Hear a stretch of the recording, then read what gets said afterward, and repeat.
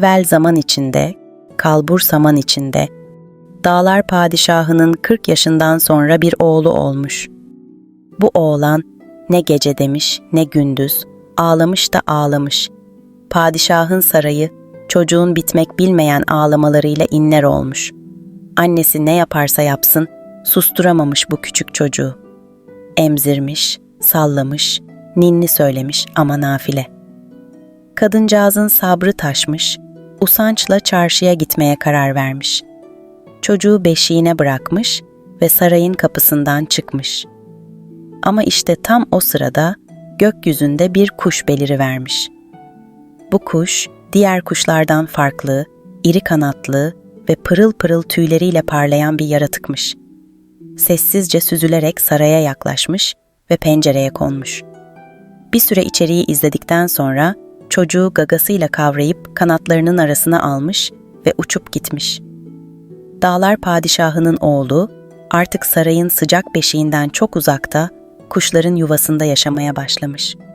Kuş bu yavruyu kendi yavrularıyla beraber büyütmüş. Ona yiyecek getirmiş, tüyleri arasında ısıtmış ve onu gökyüzünün sırlarını öğretmiş. Çocuk büyüdükçe kuşlara benzemeye başlamış, omuzları genişlemiş, hareketleri hafiflemiş, adeta bir kuş gibi çevik ve özgür olmuş. Yıllar geçmiş, çocuk 19 yaşına girmiş. Artık tamamen bir kuş gibi uçabiliyor, gökyüzünde rüzgarla dans ediyormuş. Ama bir gün Ovalar Bey'inin konağının üzerinden geçerken hayatı değişmiş. Konağın bahçesinde bir kızın gergef işlediğini görmüş. Bu kız Oba Bey'inin kızıymış. Kuş oğlan kanat çırpmayı bırakmış ve bir ağacın dalına konmuş. Oradan kızı izlemeye başlamış. Kızın elleri zarifçe iğneye iplik geçiriyor, güneş ışığı ipliğin üzerinde dans ediyormuş. Kız bir süre sonra elindeki işi bırakmış ve bahçede dolaşmaya başlamış. Kuş oğlan kızın dikkatini çekmek için gergefin yanına uçmuş. İğneyle ipliği gagasına alıp hızla havalanmış. Kız bir çığlık atmış ama kuş oğlan çoktan uzaklaşmış. İşte ne olduysa o gün olmuş. Kız bu tuhaf olayın ardından neşesini kaybetmiş. Her geçen gün solmuş, gülüşleri sönmüş ve içini derin bir hüzün kaplamış. Ovalar Bey'i kızının bu halini görmüş ve endişelenmiş. Bir gün yanına gelip "Ne derdin var kızım, neden böyle mutsuzsun?" diye sormuş. Kız babasına gergefinden çalınan iğne ve iplikten bahsetmiş ve ardından eklemiş. "Baba, bana bir hamam yaptır. Belki orada yıkanır ve bu derdimi unuturum." Ovalar Bey'i kızının bu isteğini kırmamış. Bir hafta içinde büyük bir hamam yaptırmış ve kızının hizmetine sunmuş. Ardından tellallar çıkartarak ülkeye duyurmuş. Beyin kızı bir hamam yaptırdı. Derdi olanlar gelip yıkansın, aklanıp paklansın.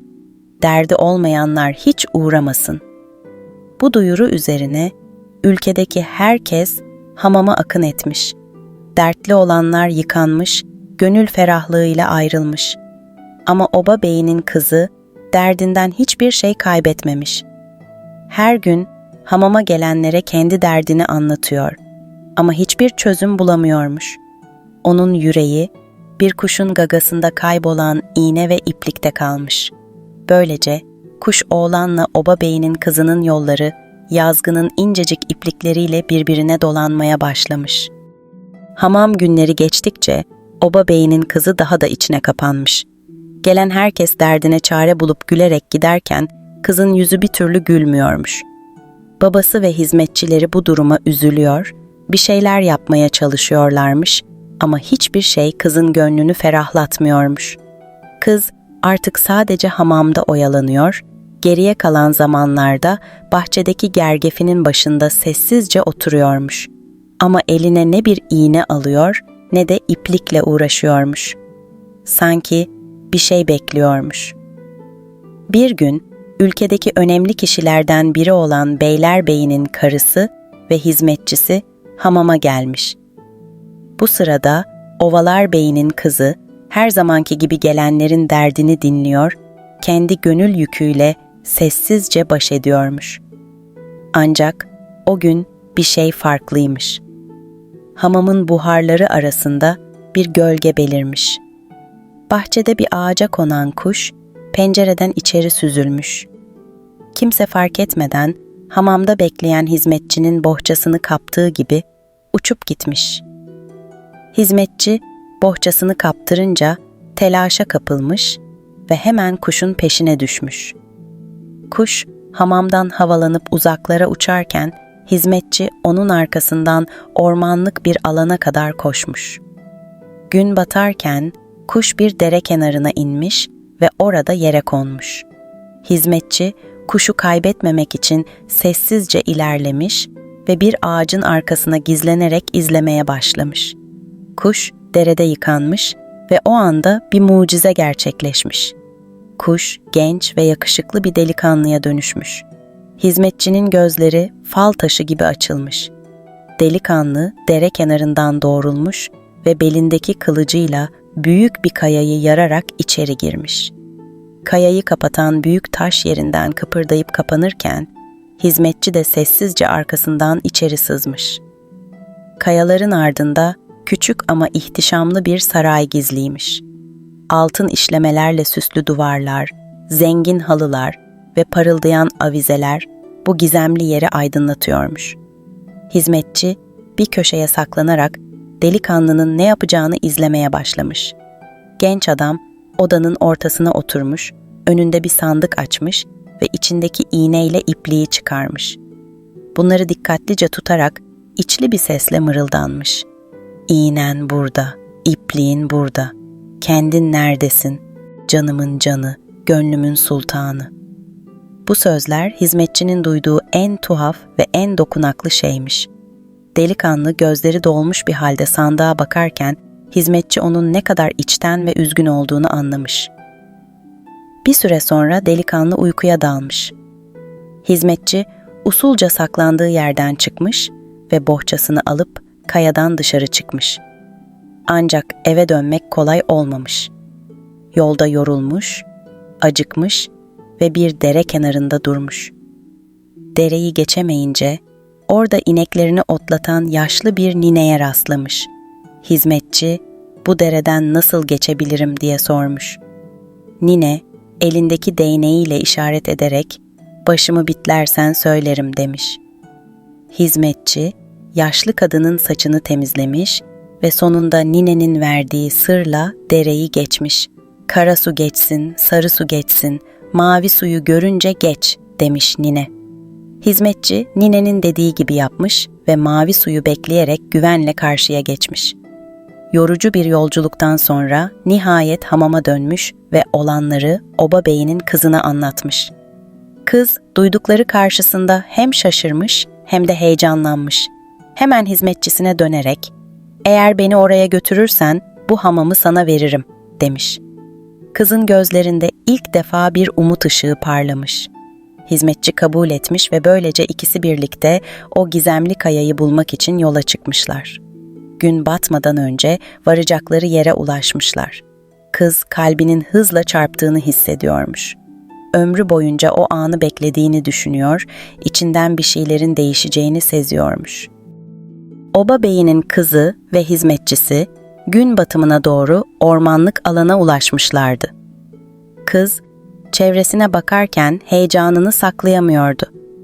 Gördüğü her ağaç, duyduğu her kuş sesi sanki onu gizemli bir kaderin içine çekiyordu.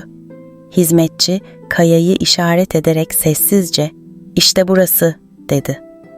Kız kayanın ihtişamına baktı.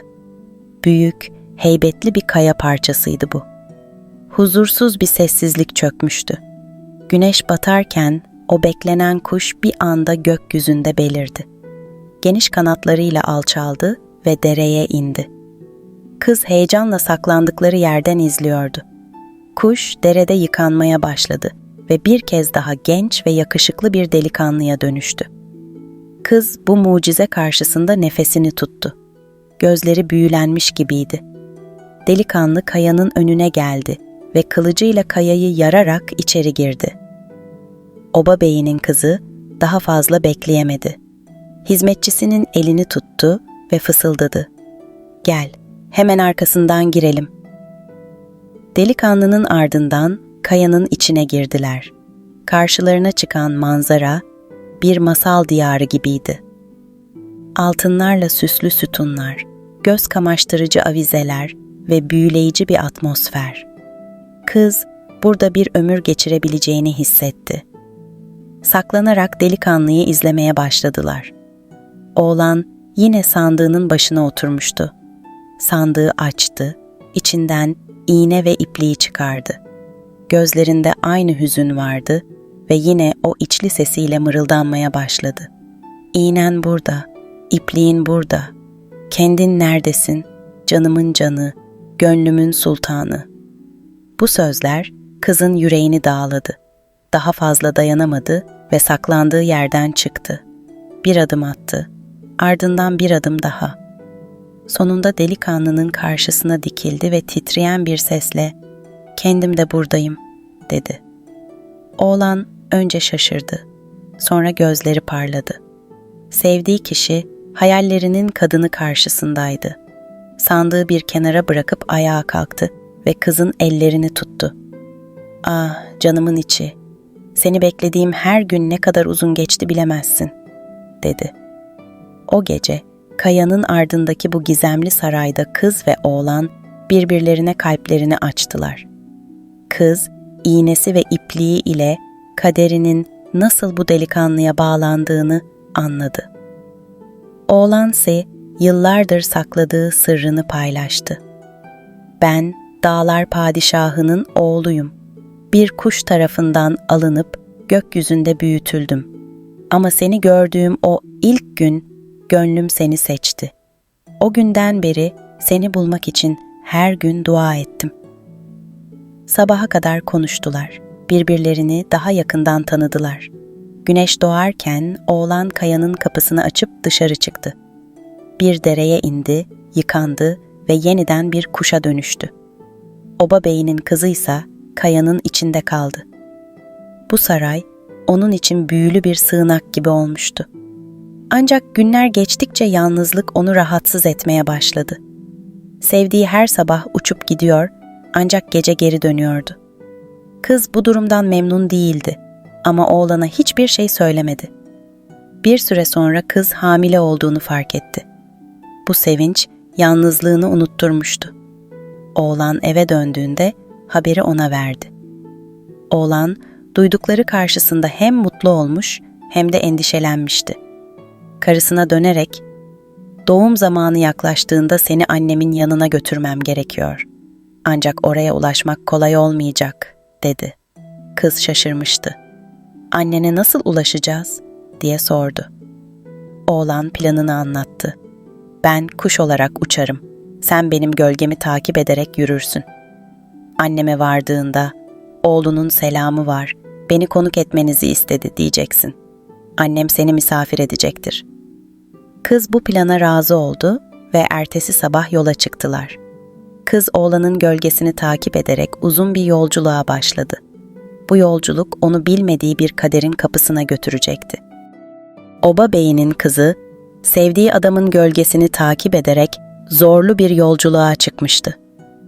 Dağlar, ovalar, nehirler aşarak nihayet oğlanın annesinin yaşadığı saraya ulaştı. Saray büyük ve ihtişamlıydı ama bu ihtişamın içinde soğuk bir hava vardı. Kapıyı çaldığında yüzünde yılların ağırlığı olan bir kadın kapıyı açtı. Bu kadın oğlanın annesiydi. Kız derin bir nefes alarak ona oğlunun söylediği sözleri iletti. "Oğlunuzun selamı var. Beni burada konuk etmenizi istedi." Kadın önce tereddüt etti. Ancak oğlunun adını duyunca kapıyı açtı ve onu içeri aldı. Ancak misafirperverliği beklediği gibi değildi. Kızı sarayın en altındaki karanlık bir odaya, merdiven altına yerleştirdi. Odaya ne sıcak yemek ne de rahat bir yatak koymuştu. Kız bu soğuk karşılama karşısında şaşkındı ama bir şey demedi. Çünkü karnında büyüyen bebeği düşünüyordu. Günler geçtikçe kızın sabrı tükenmeye başlamıştı. Annesi gibi bildiği bu kadın ona kötü davranıyor, Sarayın diğer hizmetçileri de onu küçümsüyordu. Karnı iyice büyüdükçe işler daha da zorlaştı. Sonunda bir gece merdiven altındaki küçük odasında tek başına doğum yaptı. Bir erkek çocuğu dünyaya geldi. Ama bu çocuk sıradan bir çocuk değildi. Karnında babasınınki gibi 3 tane siyah ben vardı. Bu işaret çocuğun dağlar padişahının soyundan geldiğini gösteriyordu. Oğlan kuş şeklinde her gece pencereye geliyordu. Ancak camdan içeri giremiyor, karısına ve oğluna uzaktan bakıyordu. Bir gece kız pencereyi açtı ve oğlana "Ne var, ne istiyorsun?" diye sordu. Oğlan gagasıyla pencereye dokunarak "Uyusun da büyüsün, hanım ninesi duysun" diye bağırdı. O anda sarayın diğer sakinleri de bu sesi duydu ve durumu oğlanın annesine ilettiler. Kadın penceredeki bu tuhaf kuşu görmek için odaya geldi. Kızın kucağındaki bebeği görünce bir an duraksadı. Çocuğun karnındaki 3 ben tüm şüphelerini ortadan kaldırdı. Bu kesinlikle onun torunuydu. Ama oğlunun bir kuş olduğunu kabullenmek zor geliyordu. İçinde bir öfke ve inat vardı. Sonunda aklına bir plan geldi. Camları katranla boyattı. O gece oğlan yine pencereye geldi ve camdan içeri süzülmeye çalıştı. Ama katrana yapışıp kaldı. Çırpındı, çırpındı ama kurtulamadı. Oğlan çaresizlik içinde "Eyvah, bana yazık ettiniz. Artık burada yaşayamam" diye bağırdı. Bu çığlıklar annesinin yüreğini dağladı. Kadın sonunda oğlunun insan olarak yaşaması için bir şey yapması gerektiğini anladı. Pişmanlıkla "Oğlum, canım oğlum, seni bana kavuşturan Allah'a şükürler olsun. Söyle, senin için ne yapabilirim?" diye sordu. Oğlan annesine dönerek "Babam ormandan çalı çırpı toplasın ve büyük bir ateş yaksın. Ateşe bir kuş ölüsü atsın. Diğer kuşlar arkadaşlarının öldüğünü sanıp kendilerini ateşe atacaktır.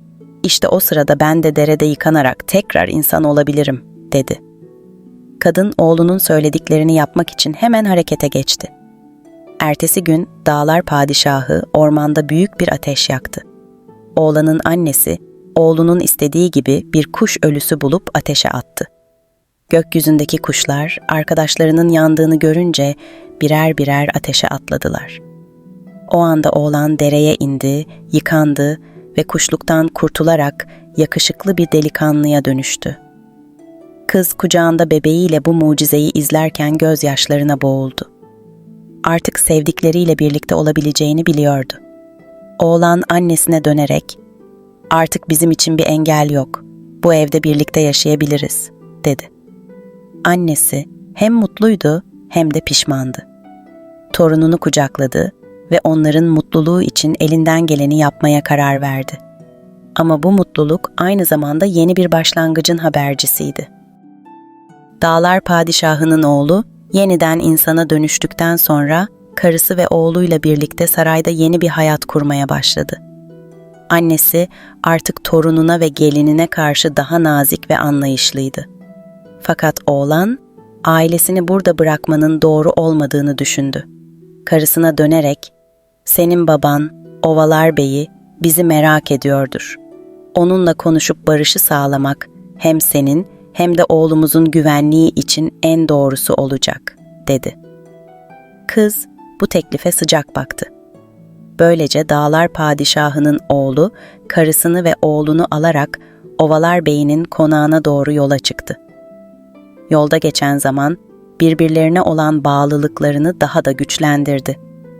Ovalar Bey'inin konağına vardıklarında bey onları büyük bir şaşkınlıkla karşıladı. Kızının geri döndüğünü ve torunu olduğunu öğrenmek onun için hem mutluluk hem de gurur kaynağıydı. Bey, damadı olan Dağlar Padişahı'nın oğlunu dikkatle inceledi. İlk başta biraz mesafeli davransa da onun dürüstlüğü ve kararlılığı karşısında yumuşadı.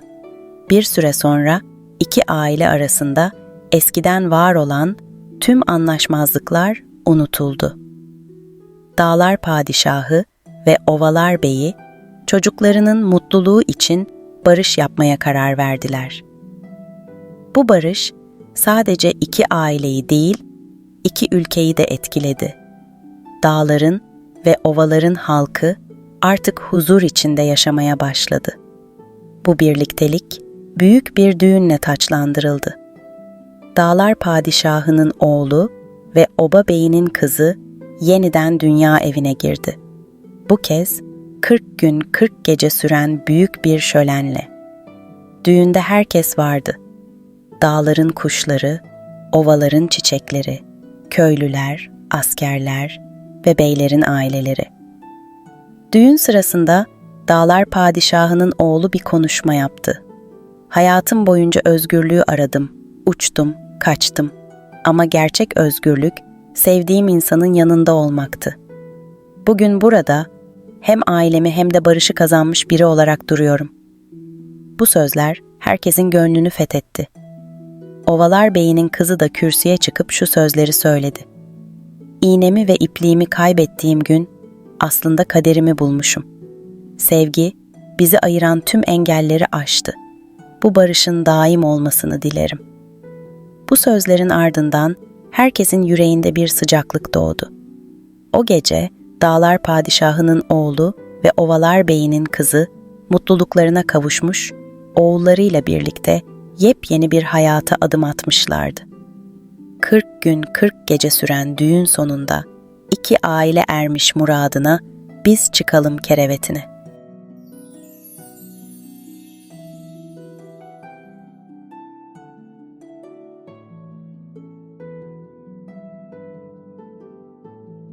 Bir varmış, bir yokmuş.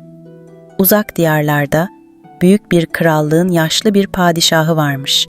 Bu padişah öyle adil, öyle bilge bir adammış ki halkı onun ölümünden sonra gelecek olan günlerden endişe edermiş. Ancak padişahın 2 oğlu halkın bu sevgisini paylaşacak türden insanlar değilmiş. Büyük oğlu Hasan hırslı ve kibirli, küçük oğlu Hüseyin ise sakin ama inatçıymış. Bu 2 kardeş her konuda anlaşmazlık yaşarlarmış ve babalarının hastalığı aralarındaki gerilimi daha da arttırmış. Bir gün padişahın durumu iyice kötüleşmiş. Saray halkı endişe içinde beklerken padişah oğullarını odasına çağırmış. Gözlerinde yorgun bir ifade, yüzünde geçmişin izleriyle oğullarına son bir kez bakmış ve derin bir nefes almış. "Evlatlarım," demiş titreyen sesiyle. "Benim ömrüm burada sona eriyor ama sizin ömrünüz yeni başlıyor. Bu taht kavgaları ailemizi ve ülkemizi felakete sürükler. Size vasiyetim şudur: benim derdime derman bulmadan taht hakkında tek kelime etmeyeceksiniz. Çareyi bulan benim yerime bu tahtta oturacak." Kardeşler birbirine bakmış, her ikisi de bu vasiyetin ne anlama geldiğini anlamaya çalışmış. Hasan, abiliğin verdiği kibirle güya sorumluluk alıyormuş gibi davranmış. "Babamızın derdine çare bulmak ancak benim gibi güçlü bir adamın işidir." Hüseyin ise sessizce kardeşinin sözlerini dinlemiş ama içinden bu meydan okumayı kabul etmiş. O sırada padişah gözlerini kapatarak bir kez daha mırıldanmış. "Ne duruyorsunuz? Gidip derdime çare arayın." Oğulları, babalarının vasiyetini yerine getirmek için aynı gün yola çıkmışlar. Sarayın devasa kapısından çıkarken ikisi de içten içe zafer planları yapıyormuş. Hasan, tahtı elde etmenin bir yolunu ararken, Hüseyin babasının sağlığını gerçekten geri kazandırmak istiyormuş. Az gitmişler, uz gitmişler. Güneş batarken bir kuyunun yanında mola vermişler. Yolculuk boyunca birbirleriyle pek konuşmamışlar. Kuyunun başında oturup yanlarında getirdikleri azıkları yemeye başlamışlar. Gecenin serinliği çökmüşken Hasan aniden konu açmış. "Babamız öldüğünde tahtın kime kalacağı belli. Sen bu işlere bulaşma kardeşim. İyi bir vezir olursun belki ama bir padişah asla." Hüseyin bu alaycı sözlere sabredememiş. "Tahtın kime kalacağına sen değil, babamızın vasiyeti karar verir abi." Tartışma büyüdükçe Hasan'ın içindeki öfke kabarmış. Kardeşini susturmanın tek yolunun onu ortadan kaldırmak olduğuna inanmış. Gece yarısı Hüseyin uykuya daldığında Hasan sinsice harekete geçmiş. Hüseyin'i omuzlarından tutup hiç tereddüt etmeden kuyunun derinliklerine itmiş. Kuyunun içine düşerken Hüseyin'in çığlığı gecenin sessizliğinde yankılanmış. Hasan pişmanlık nedir bilmeyen bir gülümsemeyle "Artık taht benim" diyerek yola koyulmuş. Hüseyin kuyunun derinliklerine düşerken bilincini kaybetmiş. Saatler sonra gözlerini açtığında karanlık ve soğuk bir yerde olduğunu fark etmiş. Başını kaldırdığında karşısında aksakallı, gözleri bilgelik dolu bir ihtiyar belirmiş. İhtiyar derin bir sesle sormuş. "Evlat, burada ne arıyorsun? Bu kuyuya düşen bir daha yeryüzüne çıkamaz." Hüseyin, ağabeyinin ihanetini anlatmış. İhtiyar, oğlanın çaresiz haline üzülmüş. Gözlerinde bir parıltı belirerek, "Sen cesur ve temiz kalpli bir delikanlıya benziyorsun. Sana yardım edeceğim," demiş. Sakalından 2 tel koparıp Hüseyin'e uzatmış. "Bu kılları birbirine sürttüğünde biri ak, biri kara 2 at belirecek. Ak ata binersen yeryüzüne çıkar. Kara ata binersen 7 kat yerin altına inersin." İhtiyar sözlerini bitirip ortadan kaybolmuş. Hüseyin sakal kıllarını birbirine sürttüğünde gerçekten de biri ak, biri kara 2 at çıka gelmiş. Ancak aceleyle karar verip yanlışlıkla kara ata binmiş ve kendini 7 kat yerin altındaki esrarengiz bir dünyada bulmuş. Karanlık, ürkütücü ve hiç bilmediği bir yere düşmüştü. Artık kendi kaderini kendisi çizmek zorundaydı. Hüseyin, kara atın sırtında karanlık bir boşluğa doğru süzülürken, kalbi hem korkuyla hem de bilinmeyen bir dünyaya duyduğu merakla çarpıyordu. Nihayetinde bir yere vardığında at birden ortadan kaybolmuş ve Hüseyin kendini karanlık bir mağaranın ortasında bulmuştu. Etrafına bakınca taş duvarlarla çevrili geniş bir yeraltı dünyası olduğunu fark etti. Ancak bu dünya sessiz ve tekin görünmüyordu. Bir süre şaşkın bir şekilde etrafına bakındıktan sonra mağaranın ucunda bir ışık süzmesi gördü. Cesaretini toplayarak ışığa doğru yürüdü. Işığa yaklaştıkça karşısında derme çatma bir köy belirdi. Ama burası bildiği köylerden çok farklıydı. Evler taşlardan yapılmış, pencereleri yoktu. İnsanlar da oldukça garip görünüyordu.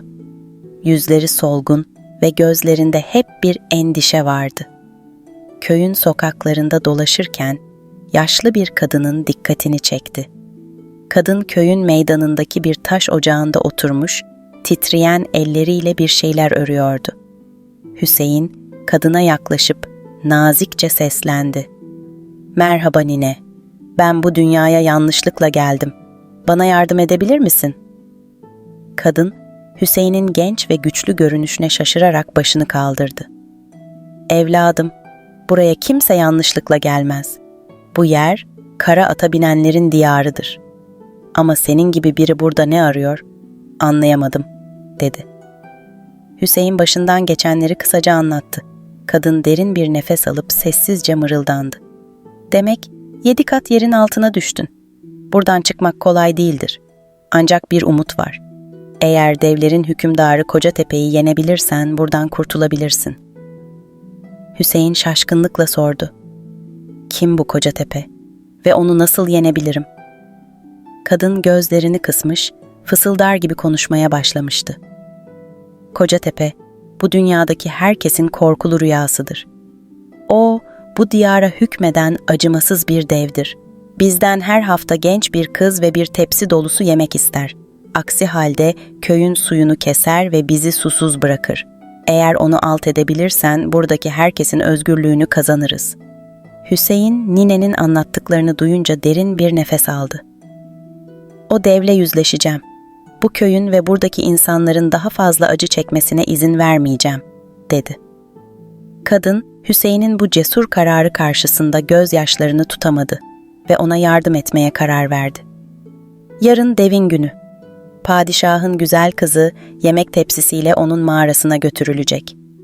Eğer gerçekten kararlıysan yolda onları durdur ve kıza yardım et, dedi. Hüseyin, Ninenin verdiği bilgiyi aklına yazıp sabaha kadar köyün bir köşesinde dinlendi. Sabah olunca devin mağarasına giden dar ve taşlı yolda beklemeye başladı. Az sonra başında yemeni, elinde ağır bir yemek tepsisi taşıyan genç bir kız gözüktü. Hüseyin hemen önüne çıktı ve kıza seslendi. "Dur, ne oluyor burada? Bu yemekleri ve seni nereye götürüyorlar?" Kızın gözleri korkuyla büyümüştü. Hüseyin'e acıyla cevap verdi. "Ben padişahın kızıyım. Köyümüzü yöneten devin emriyle her hafta bu yemekleri götürmek zorundayım. Eğer gitmezsem köyümüz susuz kalacak ve herkes mahvolacak." Hüseyin kıza güven veren bir ses tonuyla konuştu. "Korkma, artık o devle işini ben halledeceğim. Yoldaş olalım ve bana yardım et. Bu haksızlık daha fazla süremez." Kız, Hüseyin'in cesur duruşundan etkilenmiş ve ona güvenmişti.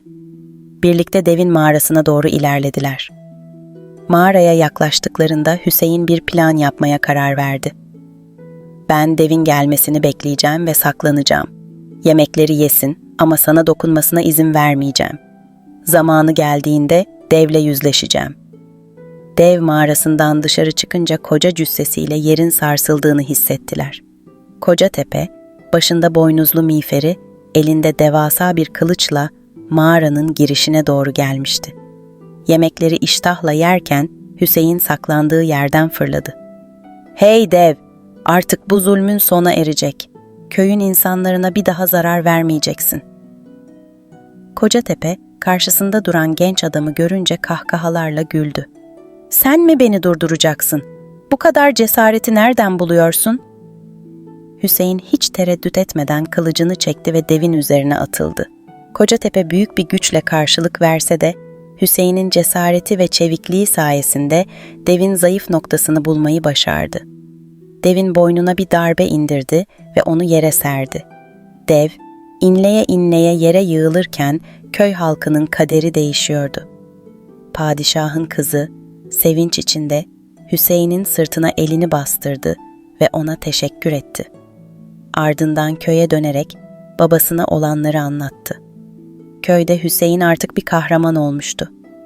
Ancak bu macera henüz sona ermemişti. Hüseyin'in yeraltı dünyasından çıkması için daha büyük bir mücadele vermesi gerekiyordu. Hüseyin, dev Kocatepe'yi alt ettikten sonra köy halkı tarafından büyük bir kahraman ilan edilmişti. Ancak yeraltı dünyasından çıkmanın bir yolunu bulmadan bu zaferin bir anlamı yoktu. Köyün meydanında toplanan insanlar Hüseyin'e minnettarlıklarını sunarken yaşlı nine tekrar yanına yaklaştı. "Evladım," dedi titreyen sesiyle. "Sen cesaretinle bu dünyada bir devri kapattın. Ancak buradan kurtulmak için daha büyük bir sınav seni bekliyor. Bu sınavda yalnız olmayacaksın. Zümrüdü Anka kuşu sana yardım edebilir ama onun yardımını almak kolay değildir." Hüseyin, Zümrüdü Anka kuşunu daha önce yalnızca masallarda duymuştu. Bu efsanevi kuşun gerçekten var olup olmadığını merak ederek ninenin sözlerini dikkatle dinledi. "Zümrüdü Anka kuşunu nasıl bulabilirim nine ve ondan nasıl yardım alabilirim?" diye sordu. Nine, uzaklardaki devasa bir ağacı işaret ederek, "O ağaç, Zümrüdü Anka kuşunun yuvasıdır. Ancak kuş senden bir bedel isteyecektir. Sana 40 tuluk et ve 40 tuluk su getirmeni söyler. Eğer bunları yerine getirebilirsen seni yeryüzüne çıkarır," dedi. Hüseyin, ninenin verdiği bilgilerle hemen harekete geçti. Ancak bu kadar çok eti ve suyu nasıl bulacağını düşünüyordu. Köy halkı seferber oldu ve herkes evinde ne varsa Hüseyin'in yolculuğu için hazırladı. Padişahın kızı da Hüseyin'e yardım etmek için yanından ayrılmadı. Kız Hüseyin'e dönerek, "Sana yalnızca yardım etmek istemiyorum. Ayrıca bu zorlu yolculukta sana eşlik edeceğim. Seninle beraber yüzeye çıkmak istiyorum," dedi. Hüseyin bu teklifi kabul etti ve birlikte yola koyuldular. Köyün halkı onlar için 40 tuluk et ve 40 tuluk suyu hazırlayıp eşeğe yükledi. Hüseyin, Zümrüdü Anka kuşunun yuvasına doğru yürürken başına gelecekleri tahmin etmeye çalışıyordu. Günler süren zorlu bir yolculuğun ardından Hüseyin ve padişahın kızı Zümrüdü Anka kuşunun yuvasına ulaşmayı başardı. Ağaç öylesine büyük ve ihtişamlıydı ki dalları neredeyse gökyüzüne kadar uzanıyordu. Hüseyin ağacın dibine oturup beklemeye başladı. Az sonra devasa bir gölge üzerlerine düştü. Gökyüzünden süzülen Zümrüdü Anka kuşu muhteşem kanatlarını çırparak ağacın tepesine kondu. Zümrüdü Anka gözlerini Hüseyin'e dikerek gür sesiyle konuştu. "Kim benim yuvama yaklaşıyor? Cesaretin varmış ki beni bulmaya geldin. Söyle, benden ne istiyorsun?" Hüseyin saygıyla başını eğerek cevap verdi. "Büyük Zümrüdü Anka, ben bu yeraltı dünyasına yanlışlıkla düştüm. Yeryüzüne dönmek istiyorum. Bana yardım etmen için geldim." Kuş, Hüseyin'i dikkatle süzdü ve kanatlarını çırparak konuştu. "Yeryüzüne çıkmak kolay değildir. Bunun için bana 40 tuluk et ve 40 tuluk su getireceksin. Ancak o zaman seni taşıyabilirim.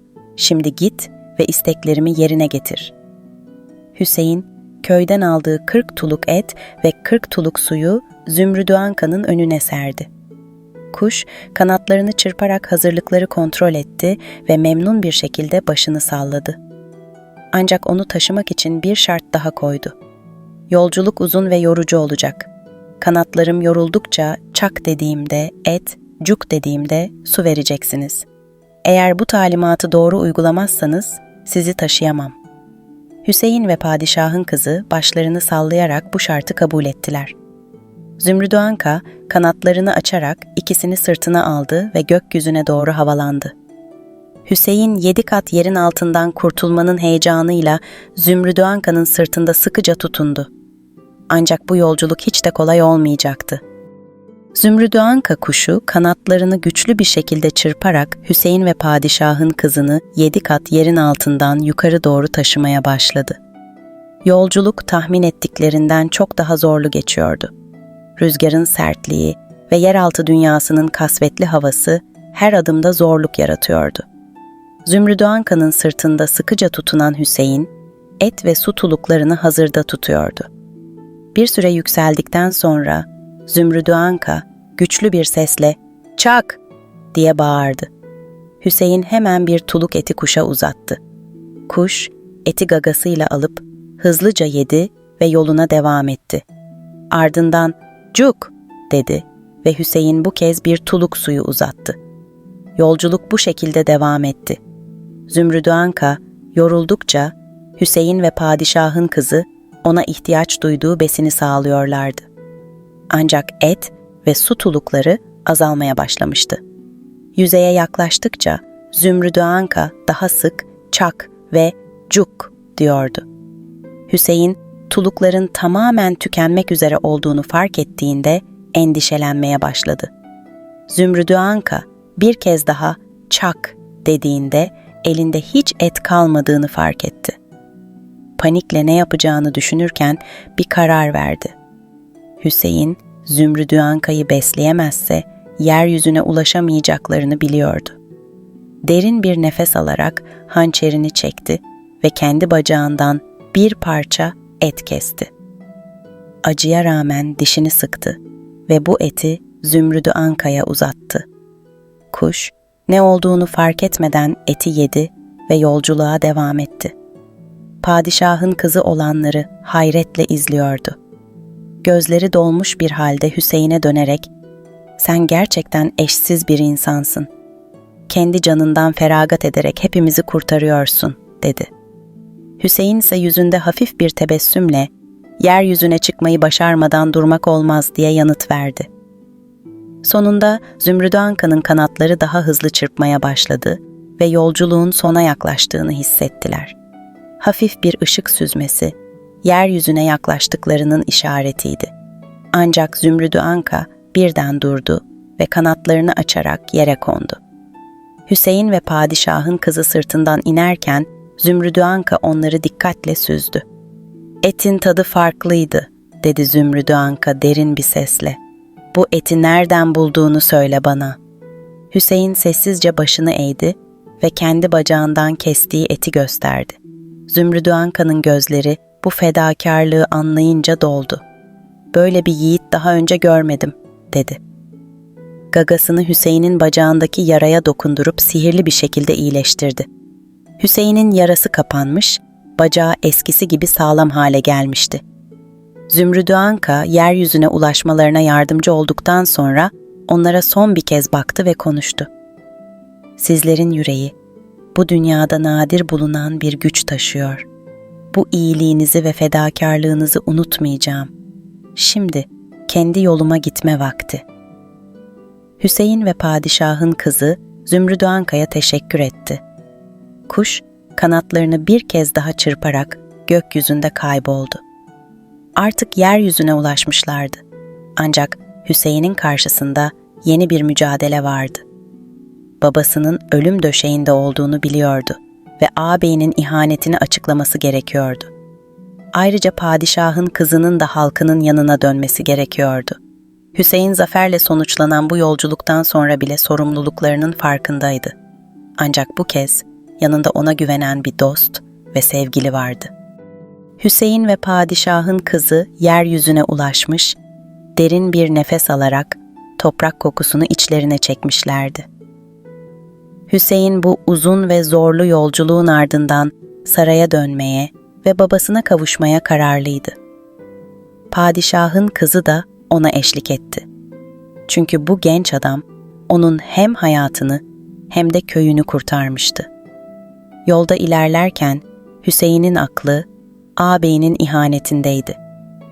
Onun babasına nasıl bir yalan söylediğini ve halkı nasıl kandırdığını öğrenmek için sabırsızlanıyordu. Ancak en büyük korkusu babasının artık hayatta olmama ihtimaliydi. Saraya vardıklarında kapıdaki muhafızlar Hüseyin'i tanıyamadı. Onun kuyudan kurtulması imkansız görünüyordu. Muhafızlar Hüseyin'i durdurmaya çalıştığında padişahın kızı öne çıkarak bağırdı. "Bu adam benim kurtarıcımdır. Onu hemen içeri almanız gerek." Kızın sözleri muhafızları ikna etti. Hüseyin ve padişahın kızı sarayın büyük salonuna girdiklerinde Hüseyin'in yüreği hem sevinç hem de endişeyle doldu. Babası hala ölüm döşeğinde yatıyordu.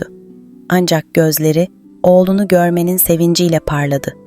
"Baba," dedi Hüseyin diz çökerek. "Ben geldim. Sizin vasiyetinizi yerine getirmek için çıktığım yolda büyük zorluklar yaşadım. Ama sonunda dönebildim." Padişah gözleri yaşlarla dolu bir şekilde oğluna sarıldı. Ancak Hüseyin daha sözlerini tamamlamadan büyük ağabeyi Hasan odanın diğer ucundan öfkeyle bağırdı. "Sen nasıl olur da buraya dönersin? Ben seni kuyuda kaybettim sanmıştım." Bu sözler padişahın ve odadaki herkesin dikkatini çekti. Hasan öfkeyle konuşurken ağzından dökülen bu itiraf herkesin şaşkınlıkla dona kalmasına neden oldu. Hüseyin babasına dönerek tüm hikayeyi baştan sona anlattı. Hasan'ın onu kuyuya ittiğini, yeraltı dünyasında nasıl hayatta kaldığını, Kocatepe'yi yenerek köy halkını kurtardığını ve padişahın kızına yardım ettiğini açıkladı. Padişahın kızı da tüm yaşananlara tanıklık ederek Hüseyin'in sözlerini doğruladı. Padişah, büyük oğlunun ihanetini öğrenince büyük bir öfkeye kapıldı. Ancak yaşlı ve yorgun bedeni daha fazla kızgınlık göstermeye dayanamadı. Derin bir nefes alarak konuştu. "Hasan, bu yaptığın hem ailemize hem de krallığımıza ihanet demektir. Seni affetmeyeceğim. Tahtı hak eden kişi artık Hüseyin'dir." Hasan bu sözler karşısında sarayı terk etmekten başka çaresi olmadığını anladı. Kimseye veda etmeden sarayın dışına çıktı ve bir daha geri dönmedi. Padişah, tüm halkını sarayın önüne çağırarak oğlunu tahta çıkardı. Hüseyin babasının yanında diz çökerek tacını kabul etti. Ancak halkına ve babasına bir söz verdi. "Ben bu tahtı yalnızca adaletle yöneteceğim. Herkesin hakkını koruyacağım ve ihanetin bu topraklarda bir daha yaşanmasına izin vermeyeceğim." Padişah, oğlunun bu sözlerini duyunca gözleri doldu. Hüseyin'in tahta çıkışını kutlamak için 40 gün 40 gece süren büyük bir düğün ve şenlik düzenlendi. Bu düğünde Hüseyin, padişahın kızıyla evlendi ve halk onların mutluluğunu coşkuyla kutladı. Düğünün sonunda yaşlı padişah tahtını ve tacını oğluna bırakmanın huzuruyla hayata gözlerini yumdu. Halkı, onun anısını hep sevgiyle andı. Hüseyin ise krallığının başında adil, cesur ve sevilen bir padişah olarak anılmaya başladı. Halk, onun hem devlerle savaşan cesaretini hem de kendi canından feragat eden fedakarlığını asla unutmadı. Hüseyin ağabeyinin aksine yalnızca taht için değil, halkı için yaşayan bir liderdi. 40 gün 40 gece süren düğün, halkın hafızasında bir masal gibi yer etti. Hüseyin ve padişahın kızı, halklarının yanında mutlu bir hayat sürdüler. Onlar erdi muradına, biz çıkalım kerevetine.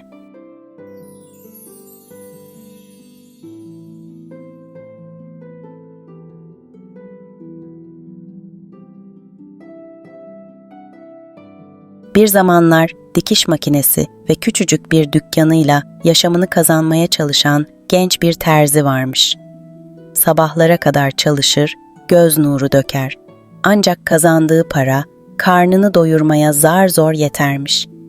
İşine duyduğu sevgi ve dikiş konusundaki yeteneği hayatındaki en büyük gurur kaynağıymış. Fakat hayat bazen tüm emeğinizi bir çırpıda silip süpürebilecek kadar acımasız olabiliyormuş. Kışın en soğuk gecelerinden birinde terzi dükkanını kapatırken elektrik sobasını açık unutmuş. Gece çıkan yangın dükkanını küle çevirmiş ve terziyi tüm hayallerinden mahrum bırakmış. Elinde ne bir işi ne de bir gelir kaynağı kalmış. Her sabah iş aramak için yola düşer, günlerce sokak sokak dolaşırmış. Ancak ya dikiş becerisi aranan bir yer bulamaz ya da açlık ve yorgunluktan işleri sürdüremezmiş. Sonunda bir lokantada bulaşıkçılık yapmayı, inşaatlarda yük taşımayı kabul etmiş ama yine de ev kirasını ödeyecek kadar para kazanamamış. Günlerden bir gün ev sahibinin sabrı taşmış ve genç adam küçük bir bavula sığan eşyalarıyla sokakta kalmış. Üstelik mevsim kış, hava ayaz mı ayazmış. Gidecek bir yeri olmadığından köşedeki parka sığınmış. Bir sabah parkta oturmuş açlıktan ve soğuktan titrerken lüks bir araba yanaşmış kaldırıma. Arabadan inen yaşlı bir adam sinirli bir şekilde şoförüne bağırmış. "Beni yalnız bırak, parkta dolaşmazsam rahatlayamayacağım." Yaşlı adam birkaç adım atmış ve genç terziyi fark etmiş. Üzerindeki ince paltoyla titreyen bu adamcağızın haline acımış. Ancak genç terzi, yaşlı adamın düşündüğünden çok farklı bir şekilde ona bakıyormuş. Terzinin dikkatini çeken şey, ihtiyarın giydiği pahalı ve kalın paltoymuş. Üşüdüğü halde o paltoda gözü yokmuş. Terzi, paltoyu dikkatlice süzüyor ve bir terzi gözüyle onun kusurlarını analiz ediyormuş. Yaşlı adam merakla terziye yaklaşmış. "Evlat, bu ayazda burada donacaksın. İstersen paltomu sana verebilirim." Genç terzi şaşırtıcı bir şekilde başını iki yana sallamış. "Hayır, teşekkür ederim. Paltodan başka şeylere ihtiyacım var. Ayrıca bu palto size hiç yakışmamış. Kumaşı fazla kalın ve sizi olduğunuzdan daha şişman göstermiş." Yaşlı adam bu cevaba hem şaşırmış hem de gülümsemiş. Kendi kafasında da aynı şüpheler varmış. Bu paltonun ona hiç yakışmadığını hissediyormuş. "Soğuktan titrerken böyle bir detaya nasıl dikkat edebiliyorsun?" diye sormuş. Genç adam hafif bir gururla yanıtlamış. "Ben bir terziyim." Bu cevap yaşlı adamın gözlerini parlatmış. Terziye elini uzatmış ve şöyle demiş. "Benimle gel. Hikayeni yolda anlatırsın. Belki birbirimize yardımcı olabiliriz." O gün terzi arabaya bindiğinde hayatının değişeceğinden habersizmiş. Ancak bu karşılaşma terzinin küllerinden yeniden doğmasına neden olacak bir yolculuğun başlangıcıymış. Yaşlı adamın arabasına binen terzi, yorgun yüzüne rağmen içinde bir umut kıvılcımı hissetmiş. Yol boyunca hikayesini anlatmış, yangında dükkanını nasıl kaybettiğini, iş bulmak için harcadığı çabaları, sonunda evsiz kaldığını ve artık park banklarında uyuduğunu. Yaşlı adam terzinin hikayesini sessizce dinlemiş, arada başını sallamış ama tek bir söz bile etmemiş. Arabaları şehrin en zengin mahallelerinden birindeki ihtişamlı bir villanın önünde durmuş. Genç terzi şaşkınlıkla etrafına bakarken yaşlı adam ona dönmüş. "Burada biraz soluklan, sonra konuşuruz," demiş ve onu evine davet etmiş. Villanın içi zenginliğin bir göstergesiymiş. Her şey pahalı, her şey düzenliymiş. Ancak bu ihtişam genç terziye yabancı ve rahatsız edici gelmiş.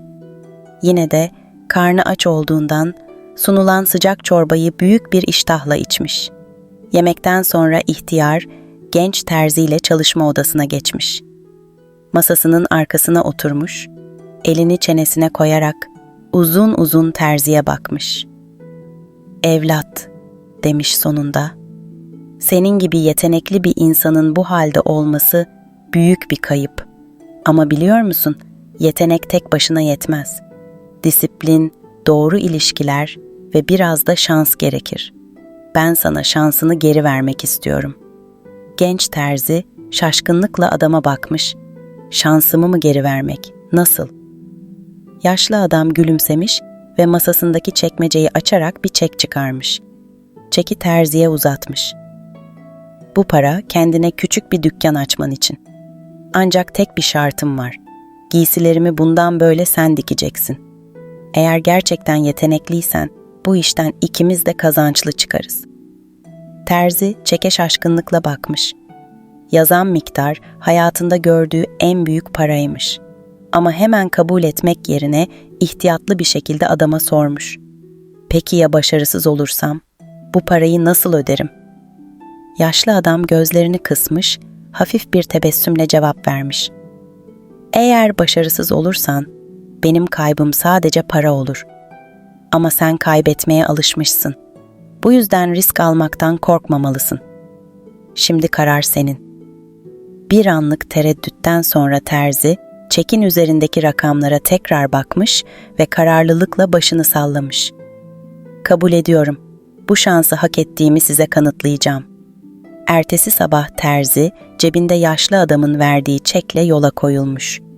Şehrin kenar mahallelerinden birinde küçük bir dükkan bulmuş.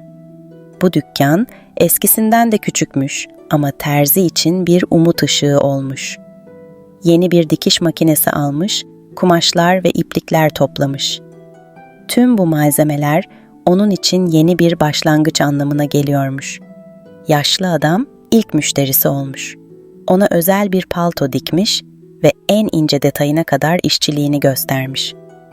Palto tamamlandığında yaşlı adam aynaya bakmış ve yüzüne geniş bir gülümseme yayılmış.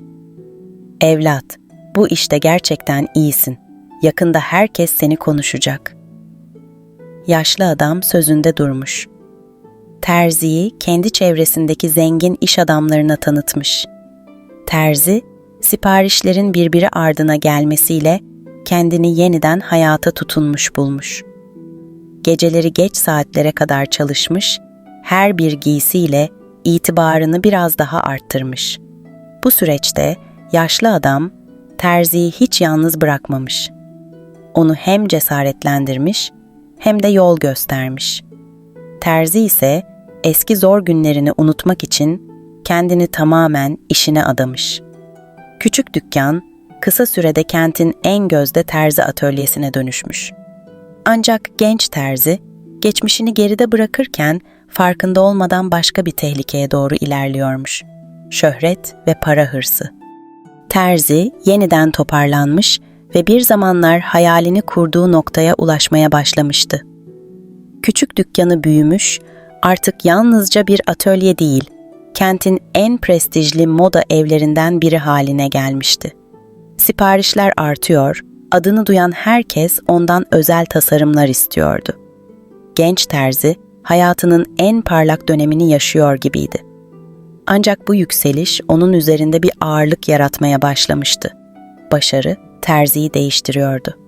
Artık eskisi kadar alçak gönüllü değildi.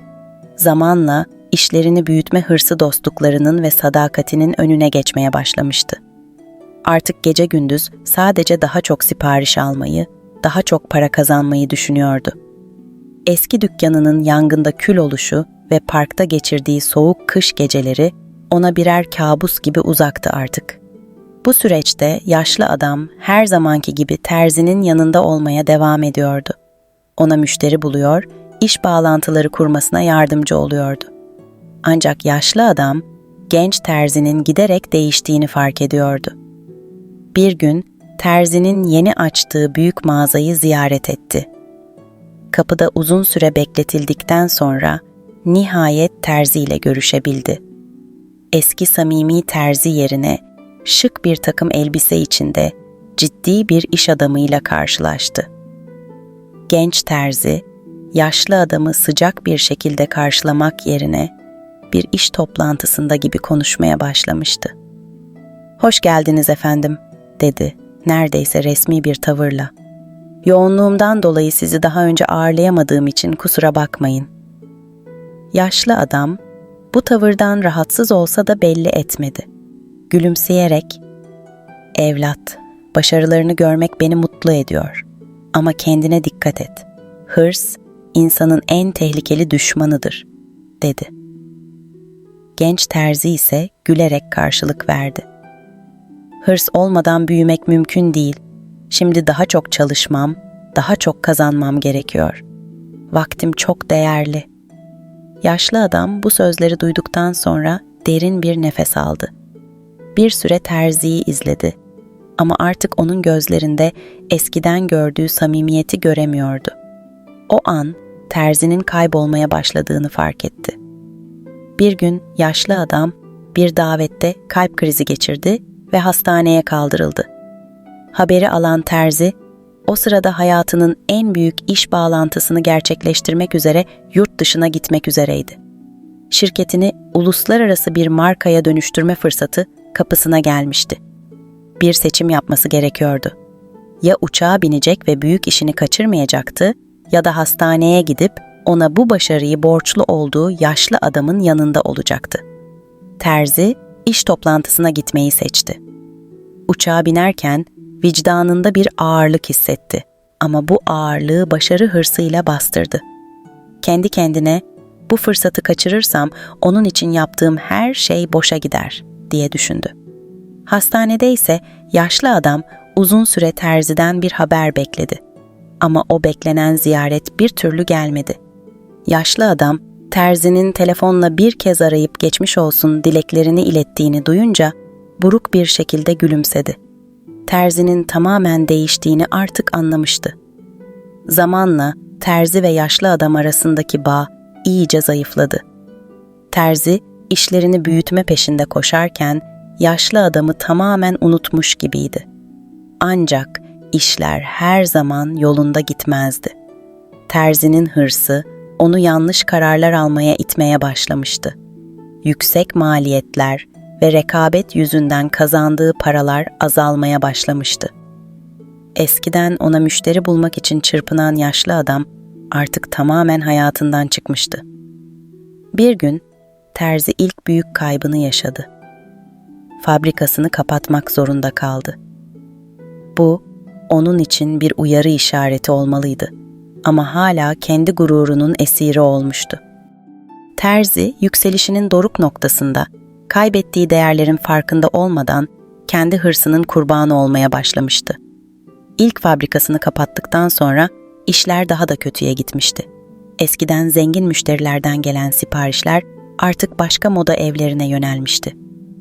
Terzi, maliyetleri düşürmek için kalitesiz kumaşlar kullanmaya başlamış, bu da müşteriler arasında hızla duyulmuştu.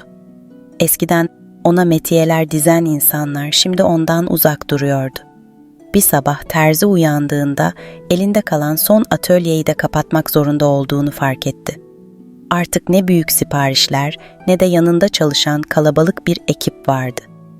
Yıllarca süren emeği, yanlış kararlar ve bitmek bilmeyen hırsı yüzünden adeta kül olmuştu.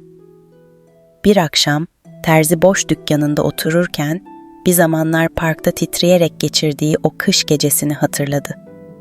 Yaşlı adamın kendisine uzattığı eli ve ona verdiği umut ışığını düşündü. Ancak bu düşünce ona yaşlı adama karşı duyduğu büyük bir suçluluk hissini de beraberinde getirdi. "Ben ne yaptım?" diye mırıldandı kendi kendine. "O benim için her şeyini feda etti ama ben onu unuttum." Terzi uzun süre vicdanıyla yüzleşti. Yaşlı adamın bir zamanlar kendisine anlattığı sözleri hatırladı. Hırs, insanın en tehlikeli düşmanıdır. Artık o sözlerin anlamını çok daha iyi anlıyordu. Ama aradan geçen onca zaman yaşlı adamla arasındaki bağı koparmıştı. Terzi, onun kapısını çalacak cesareti kendinde bulamıyordu. Fakat utancına rağmen bir gün yaşlı adamın evine gitmeye karar verdi. Elinde ne bir hediye vardı ne de söyleyecek bir bahanesi. Sadece içten bir özür dilemek ve kendisine verdiği tüm emekler için teşekkür etmek istiyordu. Kapıyı çaldığında yaşlı adam terziyi karşısında görünce bir an şaşırdı. Yüzünde hem şaşkınlık hem de biraz kırgınlık vardı. Ancak ona hiçbir şey söylemeden içeri davet etti. "Geleceğini biliyordum," dedi yaşlı adam sessizce. "Ama bu kadar geç geleceğini tahmin etmemiştim." Terzi gözleri dolmuş bir şekilde yaşlı adama baktı. "Siz haklıydınız. Hırs beni kör etti. Sizi unuttum, sadakatimi unuttum.